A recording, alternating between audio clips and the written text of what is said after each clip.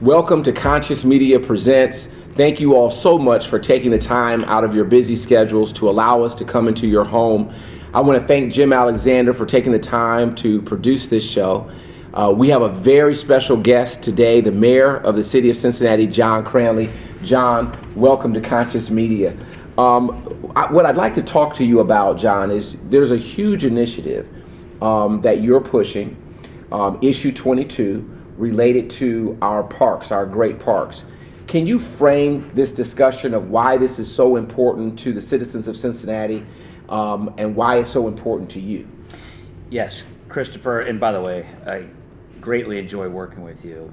You're just an amazing councilman focused on the basics and fighting crime and just moving the city forward. Thank you, Mayor. Issue 22 is going to allow us to ensure that all of our parks are properly maintained and then allow us to make exciting new investments in our neighborhood. So the biggest issue, there's really two issues that are tackled by Issue 22. The first one is that because of the loss of funding from the state of Ohio in two forms. One, we lost half of our local government fund, which is about $13 million a year. And then we lost the state of Ohio eliminated the estate tax on the wealthiest Ohioans. That used to give us about $15 million a year. So combined, it's about $28 to $30 million that we've lost every single year. Well, as a result of that, all departments have seen cuts. And when you say departments here, Mayor, we're talking city departments have seen reductions in their budgets. Police, fire, road Yes. paving, etc. So with your help, we have hired 100 more cops, hired 100 more firefighters, ended the brownouts. We are now about to pave twice as many roads as we used to pave to try to catch up on the bad condition of our roads. And those were the priorities that reflected our commitment to basic services with existing resources. Well, when you take a $30 million hit per year, fact, from the state of Ohio, and then we squeezed out all the fat to prioritize police, fire, and paving roads, there's only so much money to go around. Well, the Parks Department has seen a $50 million cut to their capital budget over the last 10 years. They have $55 million in deferred maintenance right now. So let's back up on this. Yeah. So you're saying that the Parks Board, over a 10-year period of time, not just 1 year, but over 10 years, they have seen a reduction in their capital budget of over $50 million. Yeah. And that has resulted in a $55 million deferred maintenance issue for the parks in general. Yes, for all existing parks. For all existing parks. How many parks, Mayor, are in the city of Cincinnati? Well, there's over 100 if you count. There's the major parks most people think about. Your Eden Park, your Burnett Woods, your Mount Echo Park, your Alt Park, the Riverfront Park, the big regional parks, Mount Storm, right, etc. Like MLK Park in Avondale, right? And Fleischman Gardens, right? And there's pocket parks all over the city, and maintaining them is expensive. And so, what the Parks Department believes they need is a minimum of $4 million a year, consistently, for capital maintenance. This can't be used for overhead, for salaries, for kids programming, even though we all love that stuff. It's only for capital. Now, just for our viewers, because we're using capital and you're using operation. When you say capital, what are you talking about? So anything related to preserving and protecting the physicality, the physical, the landscape, the trees, the beauty of our parks. Correct. The cutting the grass, the things that make the park look like parks. Correct. So anything related to that is capital or capital maintenance. Now, but that doesn't impact the people we're paying to cut, the operation. When you say operation, what are you talking about? Well, operations can include that, but that can also be covered by capital maintenance. Okay. Operations includes overhead for the park board, the top people. The top salaries. It can refer to the nature education program they run in the summer, a number of things which are nice and we can fund, and council can decide to fund or not fund on an annual basis, but that's not subject to this charter amendment. Gotcha. That will remain the way it is, controlled by city council. What this charter amendment does is say that the $2.3 million, they need $4 The 2.3 million that they currently get in the city budget, well, they will still get that 2.3 million. Now let's stay here because I Yeah. think this is important. Right. The city isn't saying that we're off the hook in our budget for Right. parks. Correct. This is about closing a gap. Correct. It almost reminds me, and I don't want to get tangential, but it almost reminds me of a long-term care policy. That's right. Where we're saying, hey, you have so much income coming in from your own assets, and we need something to close the gap. You're saying, city council, we've been lowering the amount of money that we've been providing parks over a long period of time. And now you're trying to find out, as the mayor, you're saying our parks are important. They are nationally recognized. I would say around the world. Definitely. And so you're trying to figure out, as the mayor, how do I keep this institution called parks intact for future generations? That's kind of the bigger picture. That's right. And the voters don't want to think that they're going to raise a small property tax, $35 per homeowner per year, $2.90 a month. They don't want to, if they agree to do that, which I think they're inclined to do, they don't want to think that the city's just going to cut the park somewhere else and sort of do a bait and switch on the taxpayer. Correct. Taxpayer. So that's why the provision's in there to say the 2.3 million that's there from existing resources has got to stay there. And this new money will be new money, not replacement money, because the issue is making sure we have enough money, which we currently do not, to properly maintain our parks. So that's part one.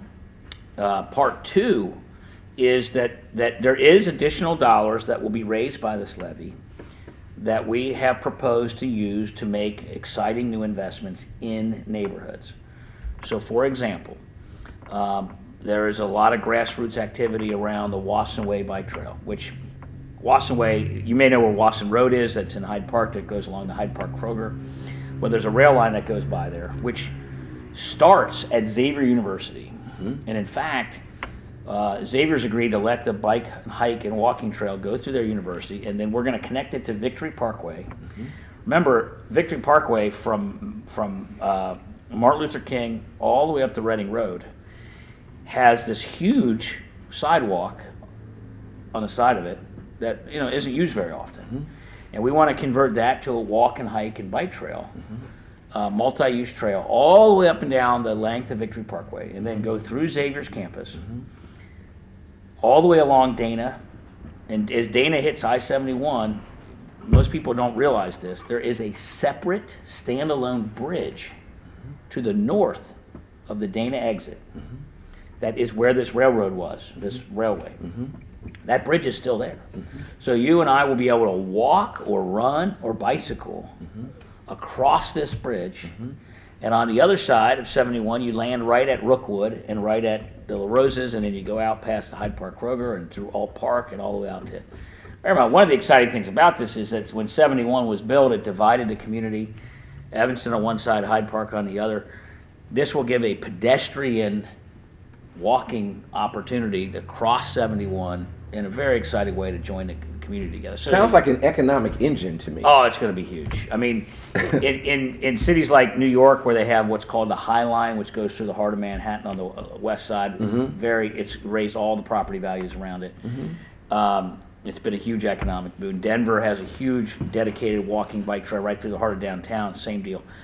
In addition to that, we're going to build a bike hike walking trail from Lunken Airport into downtown on Eastern Avenue, or Riverside Drive, we call it now, I guess.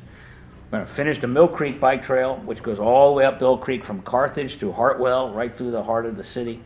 And then on the west side, we're going to build the Ohio River Trail. And we probably won't get to Sailor Park in the first couple of years, but we're hoping to get as far west as Anderson Ferry, which is about halfway to Sailor Park. Mm-hmm. Sailor Park's 20 miles from downtown Cincinnati, so it's a long way. One of my favorite neighborhoods. Yes, yeah, beautiful neighborhood. And eventually we'll get to Sailor Park, but that will probably take a few more years. So we're going to have these opportunities for neighborhoods to walk and run and hike through their city. In addition to that, we're talking about making major transformative investments to improve the quality of some of our major parks. So Mount Airy Forest, for example, is one of the greatest underutilized assets in the city. It is one of the largest parks in the country, urban parks. Mm-hmm. And yet half the park is south of 74. Most people are familiar with getting in off Colerain Avenue into the park, or through Shepherd's Creek. But all of that is enclosed north of 74. Half the park is south of 74 in Westwood. And most people don't even know how to get there. And we want to have walking, hiking, and bicycle trails that go through there, and it can become a regional destination and improve quality of life. 5 years ago, Washington Park was viewed as a negative, right? Heroin addicts, drug deals, shootings. Now it's considered an asset for Over the Rhine. Mount Airy Forest is it's not as bad as Washington Park by a long shot. It's still got a lot of great things going on there, but it should really be viewed as an asset to the West Side and as something that will improve their quality of life. So that's an exciting investment that we're hoping will come out of this as well. Let's talk a little bit about how the charter amendment works. I feel like there's a lot of misinformation there around how it works. Will you walk the public through how the charter amendment works? Yes. First thing is, a lot of people have asked, related to the charter amendment, why do a charter amendment? Why not do, a 15-year levy like Hamilton County does? Well, the answer is simple. We don't have the authority under state law to do that. Now, say that again. Yeah. Because I think that's an important point. Right. Because people who might be on the other side of this discussion present that as if it's something different than that. Right.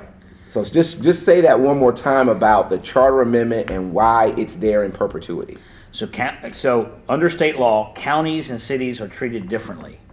So counties, like Hamilton County, they put up a mental health levy, or they put up the children's services levy, or they put up a park levy, or they put up the library levy, and those are for a fixed period of time. Okay, that's the power they have under state law to do. Cities are home rule charter cities, and we have more powers, but we operate not by levies but by charter. Yeah. Okay, so literally every single tax in the city is a charter amendment. So period. So the existing property taxes that pay for the general fund, the earnings tax that pays for the general fund, they were all at different points in our history adopted as an amendment to the city charter. The Smale Commission in the early mid-1980s by John Smale, the former CEO of Procter & Gamble, to focus on our infrastructure. That was an amendment to the city charter. In 1972, Ted Berry and Tom Lukin co-led the effort to put on the transit earnings tax, which is in the charter. All of these are charter amendments. Which took great courage at the time. Yes. They were not popular. Right. But the reality here is, if Tom Lukin and Ted Berry had not done that work in the 70s, our transportation in the city would be very different today. Right. We wouldn't have the bus system that we have. Period. So all of that is charter amendments. So the only way we can do this is by charter amendment under state law. And that's just people say, why don't you make it a levy? I'm like, well, go to Columbus and change the laws. This is the only way we can do this. And Mayor, why this is important is, at times, and what we want to do here at Conscious Media is provide citizens the facts so that they can make an informed decision. So the next time they hear someone actually challenging why the charter, meaning this is literally going to be a part of our charter, they now have been educated that this is the only way to do it. That's right. The second issue that I hear about the process is you, the mayor, not getting caught up in personalities, but mayors in the future, walk the public through the process of how the projects are selected and how they are confirmed. So combined, the existing $2.3 million that's already in the city budget that will be earmarked as must be maintained, and the money that's raised by this levy, which should produce about $5.5 million a year in new money, should cost the average homeowner about $35 per year. Per 100,000. Per 100,000, $2.90 per month. That should produce $5.5 million a year. Now, the way that money gets spent is that half of it has to be used for maintenance, to deal with those maintenance issues that we were discussing. And those dollars are used the way capital maintenance dollars are used now, which is they are sent over to the park board And the park board and Willie Carden and the Parks Department, they prioritize safety hazards, health hazards. We got to fix this building and we got to replace this roof, this, that, whatever. At the shelters at Alt Park, or one of the, if the gazebo at Eden Park needs to be repaired or whatever. So they have a process by which they identify all the most serious problems and deal with those first, and the next problems and the next problems until they fix all the maintenance problems. So half the money will be used by the park board to do what they've been doing, but just have more resources to do it. The other money, which is available for these new projects, whether it's a bike trail or a Rose Lawn Rec Center or whatever, can only be spent if the park board, the mayor, and city council all agree. Okay, so this is an important piece. Yes. Because when I hear some of the citizens talk about issue 22, Right. they describe what you're talking about a little differently. Yes. So I want to spend a little more time on this because they've presented it to the public Right. that only the mayor Right. is a part of this process. Right. Almost like you're creating your kingdom. Correct. And that is not the truth. Completely false. It's ironic because the opponents who have said this are literally saying the opposite of the truth. So currently, under the city, the way we operate, the city council and the mayor can borrow money. Okay, if we agree, you guys pass a bill, I sign it, and don't veto, we can go out and borrow money. So right now, there are essentially two bodies, and either one can say no. Although if I say no and veto something, 6 votes could overturn me. So there's some checks and balances there. Under this process, under the charter, for this new money, there's a third body, which is the park board. Any one of these 3 bodies can say no. And the reason we did that is because if we're going to borrow money and our kids are going to pay off that debt, we wanted there to be lots of checks and balances. We wanted there to be more approvals necessary. So let's say the mayor says yes, the park board says no, Yep. and city council says yes. Can't do it. Let's say city council says yes, the park board says yes, and the mayor says no. Can't do it. So what we actually have here Right. is a higher level of accountability Yes. around this money Yes. than I have ever seen. That's right. We are making it a lot harder to borrow money because of the import of this generational. But we do believe it will be something that there are some projects we've identified, like these bike trails, that we think that we can get all 3 bodies to agree on. But if any one of the 3 bodies says no, it can't happen.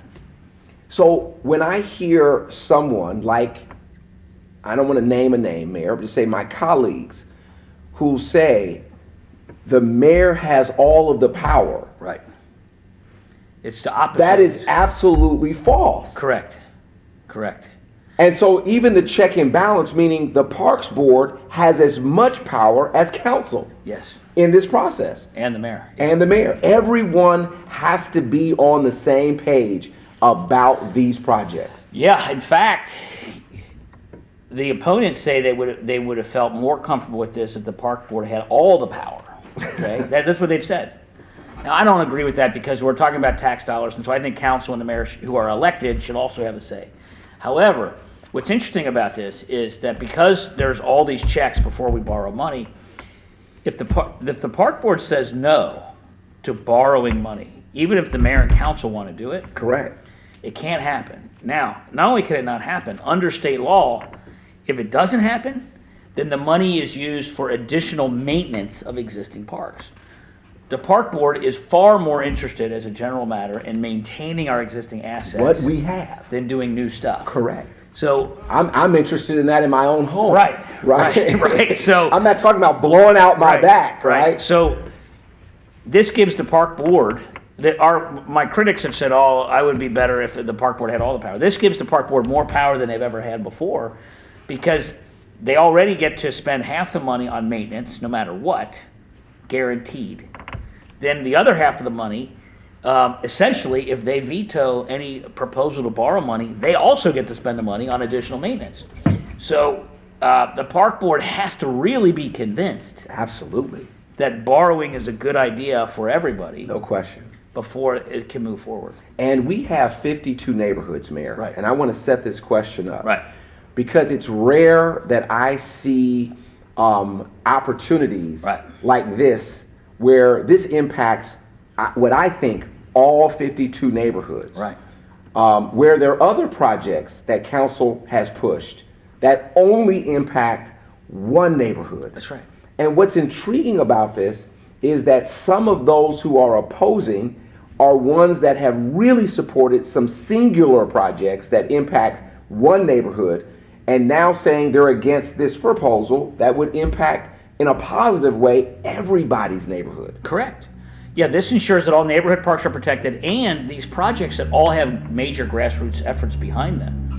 Whether it's restoring the King Records building in Evanston, or building this Wasson Way bike trail, or the Mill Creek bike trail, or improving Mount Airy Forest, or improving the area around Westwood Town Hall. When I campaigned, when you campaigned in 2013, all we heard from every neighborhood was, no one ever listened. They say they like our projects, but they spend all the money downtown. Correct. And we all ran to say, no, we're going to put the neighborhoods First. and it's the neighborhood's turn. Well, you and I take fiscal responsibility very seriously. We solved the pension deal. We balanced the budget 2 years in a row, and we had to which helps neighborhoods. We had to reprioritize cops and firefighters and paving roads.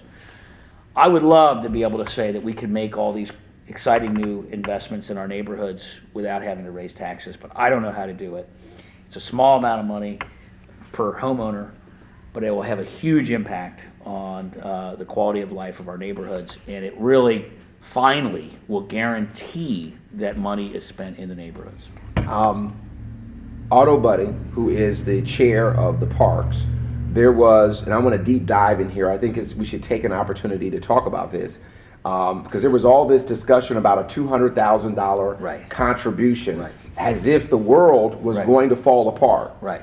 About this $200,000 contribution. Talk a little bit about it, and ultimately, where are we today on the matter? So this summer, the park board, in a public meeting that was recorded and was open to the press and to the public, the park board has some private dollars that they control. These were not tax dollars. Some wealthy person died 100 years ago, left a bunch of money to the park board. They have the authority to spend that money. They obviously believe that having a dedicated fund for the park system is a good thing for the park system. So they thought it was reasonable to use some of their money, Which was private money. private money, I want to keep coming back to that. right, private money to support the campaign, okay, which they thought they could do. And they believe to this day that legally they could have. They did send the money. However, there was a lot of questions raised because they are a body identified by the city charter that their money should not be used for any kinds of political purposes, which is obviously advocating for the passage of the levy. There's mixed opinions on that, but became a distraction to the campaign. Correct. And so the campaign, well, the park board said, hey, if you haven't spent it yet, can you give the money back? Yeah. And luckily, the campaign hadn't spent it yet, so the campaign gave the money back. So this $200,000 has been returned to the park board, and it is not being spent on the campaign at all. So it sort of now has become sort of much ado about nothing. Their hearts were in the right place. They were trying to help the campaign. They thought it was reasonable to help the campaign. But because it became a distraction, they asked for the money back, and they got the money back. So I happen to be a financial planner Yeah. in my full-time life. And if one of my clients, I just want to make this clear Yeah. for the public, Yeah. decided to leave $1 million to parks, Right. that's a private contribution. Right.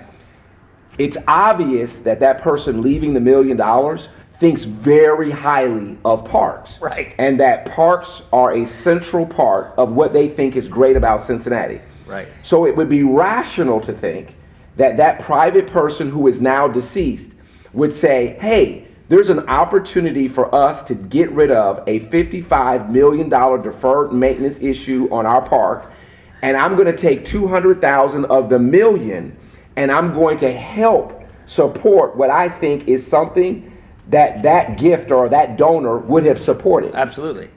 So I think it's important to draw that, because when you hear people talk about it, they're acting as if taxpayer money was given to the campaign. That's right. Which absolutely is not the truth. Did not happen, right. And so I wanted to spend a little time on that, because one of the things that we talk about at Conscious Media is we want people really educated, Mayor, about these issues. Right. And so that when they hear this kind of commentary, they're able to raise their hand and say, isn't this really the issue? Yeah.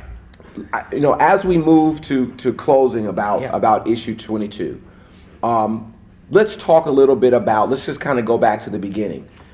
Why is issue 22 important, and how does it benefit the person who votes in the affirmative? And obviously you and I support issue 22, and I'm encouraging citizens to vote yes on 22. Why is it important, Mayor, to us? And by the way, we're also standing with the Democratic Party that has endorsed issue 22. We're standing with Procter & Gamble and Kroger and the Chamber of Commerce. And the UC Economic Study has said it'll have a 1.5 to 1 return on investment. This is unbelievable to me when you just go through this list. Yeah, I mean, it's you know, yourself, Vice Mayor David Mann, Kevin Flynn, P.G. Sittenfeld have all endorsed the levy. Okay. So we're standing in very good company, in my opinion. The Collective Empowerment Group, which is a group of churches that include Corinthian Baptist Church and Constellation Baptist Church and New Prospect and New Jerusalem, are all members of this. They have formally endorsed the levy. So we stand in very good company. The bottom line, our parks have significant deferred maintenance. Existing parks, your neighborhood park has deferred maintenance. This charter amendment will guarantee that your park will be properly maintained, and this levy provides the opportunity to spend some money in neighborhoods to improve parks or to build new opportunities like these bike and hike and walk trails. I think this is a great opportunity for us in perpetuity to protect an institution for everybody, for future generations. And I think that's why it's so important. And I would even say that if the charter, which this is not the mayor saying, it's me, if the charter didn't allow you to put it on this way, that it would be important to think about it this way, because our parks are things that are going to be here forever. Right. It's not like they're going away. No. And one of the things that Cincinnati has been known for is green space. That's right. And it's a place for people to come together from all economic backgrounds and relate and meet each other. It's what I you know, when I go to the parks, I run into people, I see people biking, I see family reunions that are happening in our park in the summer. If we want those things to continue for many generations, we're going to have to commit our dollars to making it happen. That's right. Mayor John Cranley, thank you so very much. I appreciate you being here. Thank you so much for spending the time to educate us on issue 22. As I said before, I'm encouraging you to vote yes on issue 22. This provides an opportunity for all neighborhoods, all 52 neighborhoods, to benefit. Thank you, Jim Alexander, for producing this show. Good morning, good afternoon, good evening. You can see right at the bottom of the screen. You can reach me through Twitter at Vote Smitherman. You can follow me there. You can go to my website, which is www.smitherman for City Council, or you can call me at 751-3888 and provide us feedback on the information that you got, or if you want more information or clarification on something that the mayor has presented, you can call that number between now and election, and we will be glad to give you that feedback. Until next time, take care.